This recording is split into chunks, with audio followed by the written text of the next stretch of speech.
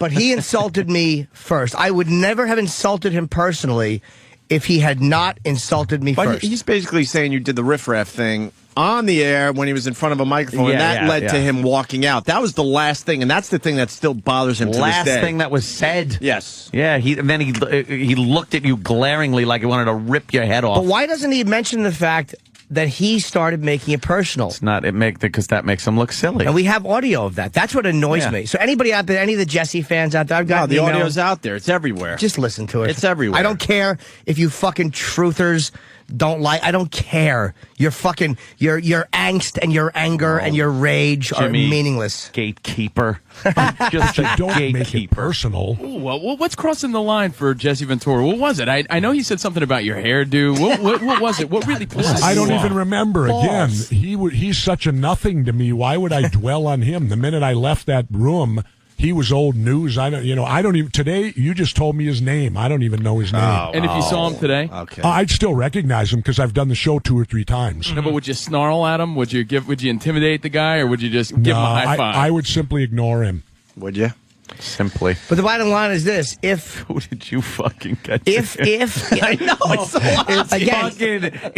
I'm stunned at how badly you got it. I thought he was very pissed right then and there at you saying that, and then he probably did just walk it off. But let me tell you, that fucking is sticking with him. Let me tell you what that was, and that what happened between me and Jesse Ventura is how you become a funny guy in high school.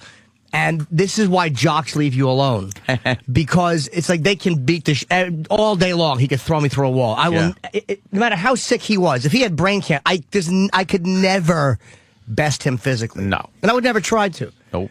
But guys like that never want to be embarrassed by what they would consider a little pipsqueak, and accurately so. Yeah. You're right. The jock can punch you in the face. That'll fucking go away in a while. You can embarrass him. That shit sticks in their head forever. And here's another question about what he's saying, the honesty of it. If you forgot right about it, why would you turn down a show with an audience the size that this show has? Yeah, you forgot it. This show has a massive audience. Yeah. So why would you turn down promoting whatever it is you're promoting? Don't be dishonest. Just say, look, we were arguing. I got a little personal. He got personal back. I alpha mailed him a little bit. He insulted me, and I didn't like. Just tell the truth, man, about what happened. Talk it out on the air. I think to break it down, I think he blew off our show because he can't hang intellectually. I really believe that. He didn't have answers to a lot of the questions we were throwing at him that day. And then Jesse moved on to Pete Dominick's show. We've had Pete on our show. I like Pete. He's a good comic. He's a buddy. Pete does a very good radio show. Yes. It's politics, man. But he's strong. He's on POTUS. He's very, very liberal guy. 3 to 6, right? Very, very liberal guy. And here we go. Jesus, just check out Jesse Ventura, his new book, American Conspiracies. I always love having you in here, man. It's really I like doing your show too, Pete. It's a lot of fun having you. And you know what else? You don't run and cry if I leave and tap you on the shoulder. I would appreciate it if you'd punch me in the face, actually, as hard as you can. You don't run and cry like a baby and whine and, geez, he touched me. Oh, you're talking about Jim Norton. Oh, no. Oh, wow. I thought you forgot about the incident. You keep bringing it up. And by the way, first of all, and I didn't run and cry. You sat in that seat. I insulted you, stupid. And I insulted you. And who ran and cried? He didn't do our show. That's running. Jesus Christ. He was in the building at the time we were broadcasting. He left. Because we saw him on the street when we were finished. Jimmy was exactly where he was when he made the comment, never moved, sat in his seat, and Jesse left. He left. So who ran and cried? He said he was done. Cry. I insulted you. He said he was done. You actually got a former governor to go, Dude, that comment really fucked him up. Fucking killed him. Yeah. Oh, my God. Like I said before, to this day, I didn't understand how fucking much that got to him. You know, I know this audio has been played a million times, but could we unfortunately we turned the camera on just before he got up. Yeah, I wish we had that whole 20-minute lead up. Let's. Can you say something? To me. You did it to me. You said I don't believe in the Constitution. Bye, guys. Bye, Jess. See? Governor. You always just sulk and walk away. Why? No, you put words in my mouth. There's a fucking guy here telling me I got a schedule, asshole. You're using dirty language, asshole. Yeah. See? Yeah. Oh. drinks the water dramatically, puts the bottle down. Bye, tough guy. And thanks for your service to our country. You're welcome. Thanks for touching me with your fucking stupid riff-raff fucking Rocky Horror hairdo. You're bigger than me and stronger than me, so what? I don't give a shit. You want to beat me up? Go ahead. I'm not going to fight a guy like you. That means nothing to me. I know. I argued with you. You put words in my mouth, and you didn't like when I did it to you. You put words in my mouth saying I didn't believe in the Constitution, and that's bullshit. It's not true. I don't agree with abusing it. Thank you for your service. Oh, you're welcome. You're a bigger patriot than me. Godspeed. Fuck out of here. Wow. Get the camera outside. And then we followed him with the camera. Do you see? Yeah. He called me an asshole. Wow. I called him an asshole. He said tough guy. Because, again, I'm a tough guy if I insult a guy of his size back. So I fucking hate guys like that because they want to insult you, and then you're supposed to go, oh, okay. Don't try to be an intellectual if you just want to be a big, dumb jock bruiser. Just be that. And that pat was a little more than just a touch on the shoulder. We all know what it was. That first one was a pat, and the second one was a good smack he gave you. And again, I didn't feel like he was going to hurt me. I'm not going to lie and say I felt threatened. I didn't feel threatened, but the intent of it, the message behind it, annoyed me. I didn't cry like a baby. I insulted you. No. You were acting like you insulted me, I insulted you. You were the fucking baby. Your cadence and tone, though, were so planes, trains, and automobiles. I know. John Candy? Yeah. Dude, it was so John Candy. Because I knew what he was thinking at that moment. I know. Well, I'm just a little guy here.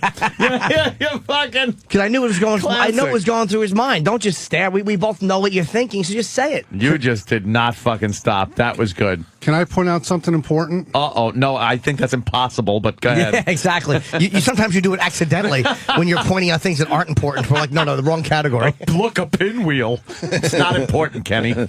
He had nowhere to go. When he says in the video, I got a guy here telling me I got to go, I got a schedule, I thought I was standing right there. Yeah. It was just Kenny was out in the hallway. Yeah, he came with a broad publicist. There was no guy with them. And He was stealth. if you get the audio of the whole show, it's out there. He admits, I don't know, but before the whole confrontation, that he has nowhere to go and he could hang out longer. And then all of a sudden he had somewhere to go because it got a little hot in here. And he kept pushing the microphone away. And he did that at K-Rock one time. He doesn't like when you argue with him. So he's not being straight when he says that. Right. No, he's not. So that's what happened. That's the end. Unfortunately, the audio we don't have right now, you don't hear the 20-minute lead up, which people who heard the show heard. And it proves he's still bothered by this whole thing because he brings it up on Pete Dominick's show. Yeah. Pete's like, oh, you're talking about Jim Norton. Like, he was going to let him go without even discussing it. Sure, but I didn't cry.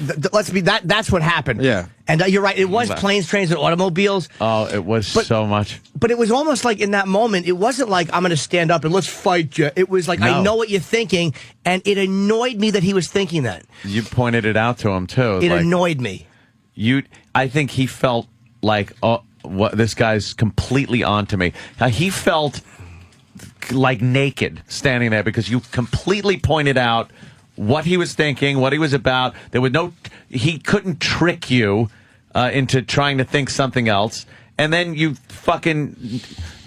dealt him a knockout blow with that fucking line, dude. Yeah. That affected him and still does. To this day. I am amazed how badly you fucked him up with that line. But you're right. I was a planes, trains, and automobiles ass. I really should have a Del Griffin weight. It's one of my favorite scenes, man. It just Go ahead, hurt me if you have to. It had the same cadence. You're right. I'm an easy and tone. target. I know. That's why it was so fun. Could we just? But let me tell you something. I want to hear that part again. I like me. In that my wife likes me. context. My friends like. No, my customers like me. My customers, my customers. I'm the genuine oracle. Where's the Jimmy Norton line? Because I got to hear that again.